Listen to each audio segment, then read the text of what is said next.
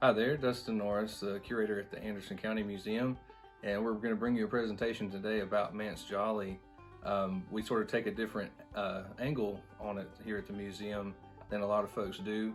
We're going to combine some of the facts that go along with his story with the myths that go through his life and have played out over the course of Anderson history, and then round it out with the role that myth making plays in Southern history, particular to Anderson County.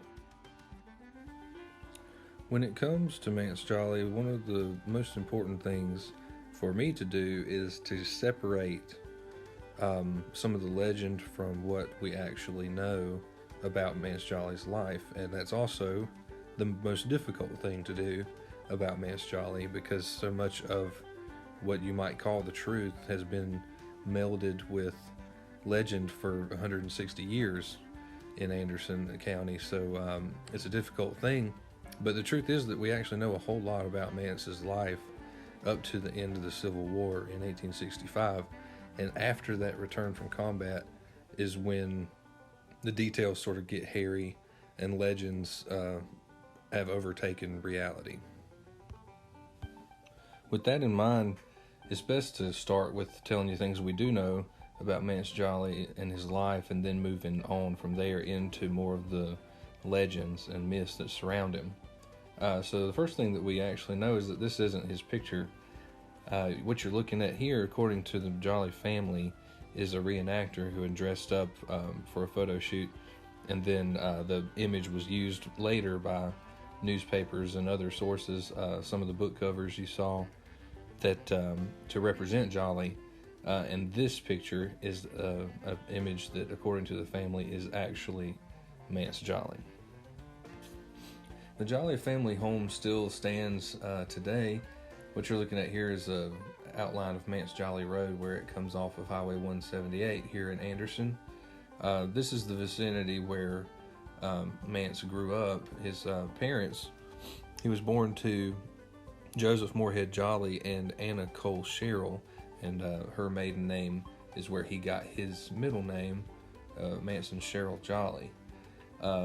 The family home there would have been pretty full with a pretty large farming family. He was one of 7 sons, and he had 4 sisters as well. So the Jolly family was typical of a farming family of the time.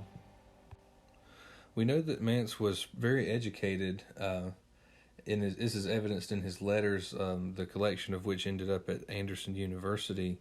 As you can see, he has very clean handwriting, sophisticated thought, and his spelling and grammar, though they're not always perfect, he clearly had the equivalent of a high school education for the time. We also know that he was a low-level Freemason, which may have been part of the reason why he was so plugged into the community. You can see the symbol here on his gravestone that is in Texas, where he eventually passed away in 1869. Manse Jolly joined the Civil War effort pretty early, enlisting in Pendleton. He served as a sergeant in Captain Thomas Baker's Company 2, 1st Infantry, and he became pretty renowned as a scout and sharpshooter during the war. One of Captain Baker's documents, which granted Jolly a furlough in 1861, we learned that he was 6 foot 4 inches tall, with blue eyes and bright red hair. So this is not a guy who was going to blend in very easily. The average height of a European descended male in 1850 was 5'6". Also evidenced in a lot of the Jolly letters are bits and pieces of his personality. You can see in the quote here, Jolly was a bit of a ladies' man, and he had somewhat of a sense of humor. That last line that he tells his sister he only wants women along to do cooking, etc., no more, probably just meant to comfort her mind that he wouldn't be involved in anything promiscuous on the trail. Upon returning from the Civil War, Manse Jolly came home to find out that all of his brothers who had fought in the war had passed away, and this enraged him, and he did indeed make a vow to personally kill one Yankee for each of his brothers. Different versions say different numbers of Yankees, of course, but Jolly is credited officially with no less than 15 murders. in his time. So often the objects of Manse Jolly's violence were Union soldiers or African Americans or black Union soldiers. There were several units that occupied Anderson during this time that were comprised of entirely African American units.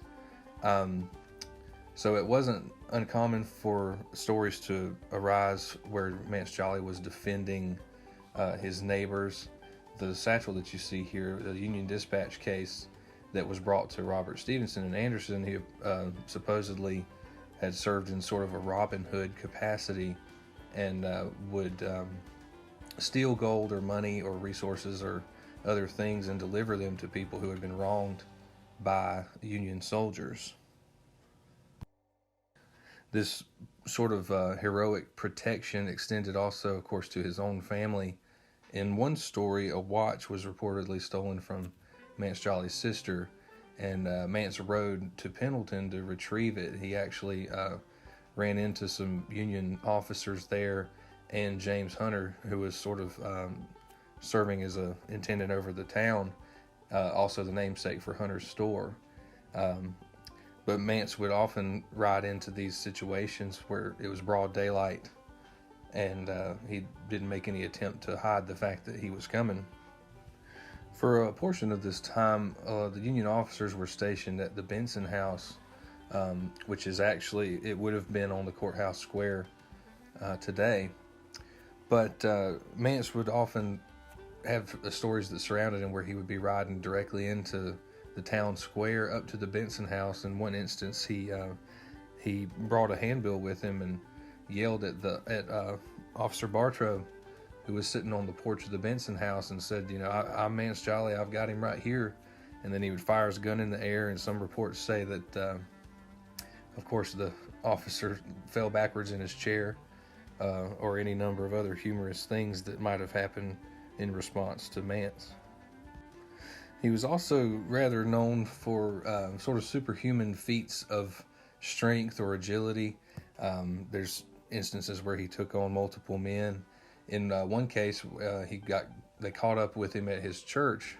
The church you're looking at here is Lebanon Church, about 1918. It's near where this story might have taken place, but it's not the site. But regardless, Manse would have been in church, and the Union soldiers caught up with him, and he bounds over top of the congregation while shots are fired over their heads, and then leaps out the window from the pulpit to escape the Union. Manse would also become sort of known for stealing supplies from Union soldiers in the camps, using what he could and selling what he couldn't, or sometimes just destroying it. Also, alongside with all those stories where he charges sort of directly into trouble, there are stories where he actually puts on Yankee uniforms to disguise himself and commit different acts in that way. A very documented incident occurred at Brown's Ferry, where 3 Yankee soldiers had confiscated a load of cotton from locals, and then they were later murdered at night before the cotton could be rowed downriver.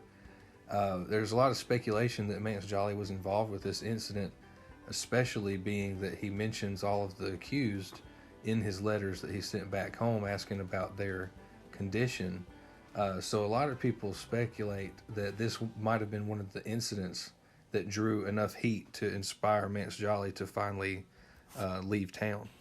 Before Manse left town, though, there's another famous story where he rode into the Union headquarters on Fant Street and stole a strongbox. This was a Charleston and Hamburg Railroad strongbox that had been used as the Union pay chest at their headquarters, and reportedly Manse rode in with his men and took it, and then it was left in the smokehouse pit of Robert Stevenson, who was his cousin, before he fled to Texas.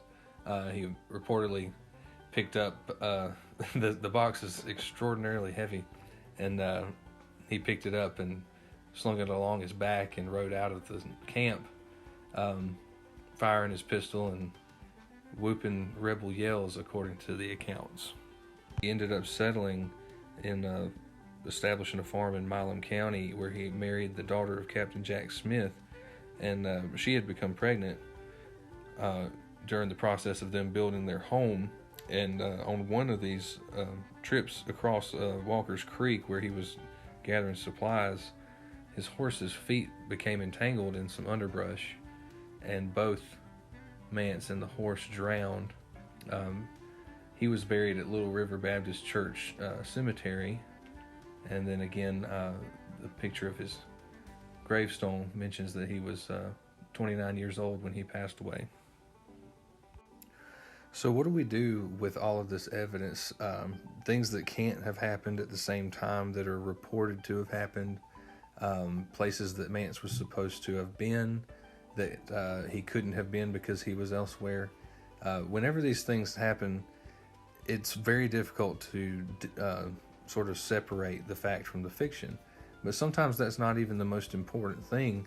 I instead would tend to ask, instead of what is the truth, why is this story being told over other stories? And who's telling them?